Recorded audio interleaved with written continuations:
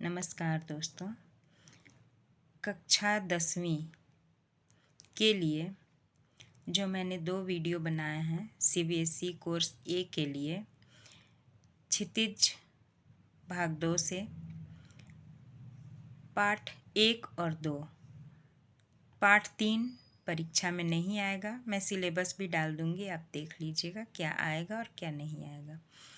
पाठ 4 आज मैं बता रही हूँ आपको। आत्मकथ्य, जयशंकर प्रसाद की कविता है आत्मकथ्य।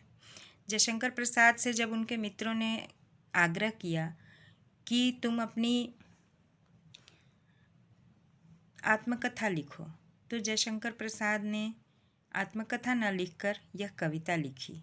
पहले हम जयशंकर प्रसाद की जीवनी के बारे में कुछ जान लेते हैं, ठीक है। देखिए, जयशंकर प्रसाद का जन्म 1889 में वाराणसी में हुआ। काशी के प्रसिद्ध क्वींस कॉलेज में वे पढ़ने गए, परंतु स्थितियां अनुकूल न होने के कारण 8वीं से आगे नहीं पढ़ पाए। बाद में घर पर ही संस्कृत, हिंदी, फारसी का अध्ययन किया। छायावादी काव्य प्रवृत्ति के प्रमुख कवियों में से एक जयशंकर प्रसाद का सन 1937 में निधन हो गया। उनकी प्रमुख काव्य कृतियाँ हैं चित्राधार, कानन कुसुम, झरना, आंसू, लहर और कामायनी। आधुनिक हिंदी की श्रेष्ठतम काव्य कृति मानी जाने वाली कामायनी पर उन्हें मंगला प्रसाद पारितोषिक दिया गया। वे कवि के साथ साथ सफल गद्यकार भी थे। अजातशत्रु, चंद्रगुप्त, स्कंदगुप्त और ध्रुव स्वामिनी उनके नाटक हैं और कंकाल, तितली और इरावती उपन्यास। आकाशदीप, आंधी और इंद्रजाल उनके कहानी संग्रह हैं। तो जैसा कि मैं बता रही थी कि जयशंकर प्रसाद को उनके मित्रों ने कहा कि भाई कुछ अपनी आत्मकथा लिखो, तो उन्होंने आत्मकथा न लिखकर एक कविता लिख डाली। कविता है, मैं पढ़ूंगी फिर अर्थ बताऊंगी, ठीक है। मधुप गुनगुना कर कह जाता कौन कहानी यह अपनी, मुरझा कर गिर रही पत्तियां देखो कितनी आज घनी। इस गंभीर अनंत नीलिमा में असंख्य जीवन इतिहास, यह लोग करते ही रहते हैं अपना व्यंग मलिन उपहास।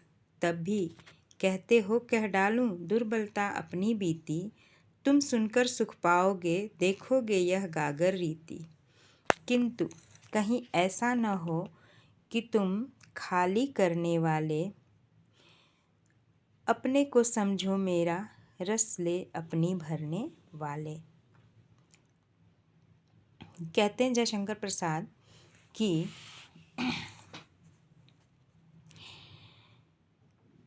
अपने जीवन में सामान्य व्यक्ति के जीवन के समान ही अपने जीवन को यह बताते हैं और कहते हैं कि मेरा मन रूपी भौरा हमेशा गुनगुना कर अपनी कहानी बता जाता है। आज मेरा मन बार बार अपने जीवन की कहानी का वर्णन करने के लिए बेचैन हो रहा है और आज मेरे मन की भावों रूपी पत्तियां जो हैं वह गिर रही हैं। इस गहन सीमाहीन विस्तार में अर्थात पृथ्वी पर अनेक जीवन के इतिहास में लोग इतिहास को पढ़कर आलोचना करते हैं, निंदा करते हैं। कहते हैं मैं अपनी आत्मकथा क्यों लिखूं? आप मेरी भी आत्मकथा पढ़कर, जिस प्रकार आप इतिहास पढ़कर आलोचना करते हैं, तो मेरी भी आत्मकथा पढ़कर आप आलोचना करेंगे, निंदा करेंगे। तब भी मेरा मन चाहता है कि मैं अपने जीवन की दुर्बलताओं का वर्णन कविता लिखकर अभिव्यक्त करूं। क्या सभी इस मेरे जीवन की कहानी को सुन सकेंगे? कहते हैं कि अगर मैंने जीवन की दास्तान को बयान किया तो तुम मेरे जीवन रूपी गागर को खाली कर पाओगे। अगर मैंने अपने जीवन के दास्तान को बयान किया तो जो मेरे जीवन में जो कथाओं से जो गागर भरा हुआ है, कहते हैं तुम उसको खाली ही पाओगे। मेरे जीवन में ऐसा कुछ नहीं जो विशेष है, सामान्य मानव की तरह ही मेरा जीवन भी दुर्बलताओं से भरा हुआ है। मतलब कहने का तात्पर्य ये है कि कहते हैं सामान्य मानव की तरह ही मेरा जीवन भी सामान्य है, इसलिए मैं आत्मकथा लिखूं, इतना महान मैं अपने आप को नहीं समझता और तुम मेरी आत्मकथा पढ़कर हंसी उड़ाओगे, ये मुझे पता है। कहते हैं किंतु कहीं ऐसा न हो कि तुम ही खाली करने वाले, अपने को समझो मेरा रस ले अपनी भरने वाले। यह विडंबना अरि सरलते, तेरी हंसी उड़ाऊं मैं, भूले अपनी या प्रवंचना, औरों की दिखलाऊं मैं।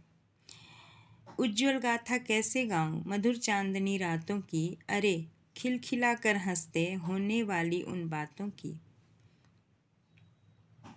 कहते हैं मिला कहाँ वह सुख जिसका मैं स्वप्न देख कर जाग गया, आलिंगन में आते आते मुस्कुरा कर जो भाग गया।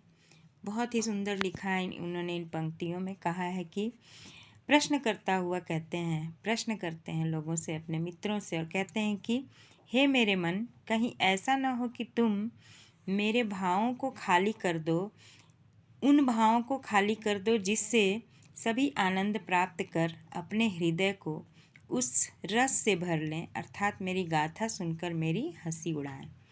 मतलब मैं जिससे आनंद समझ रहा हूँ उसे वे अपने मजाक का पात्र बनाएं, यह मुझसे नहीं होगा। अगर मैं अपनी कहानी कहता हूँ तो यह धोखा होगा, क्योंकि हो सकता है मेरे भावों की अभिव्यक्ति तेरी हंसी बन जाए। मैंने अपने जीवन में अनेक भूल की है, मैं कई बार छल कपट धोखे का शिकार भी हुआ हूँ।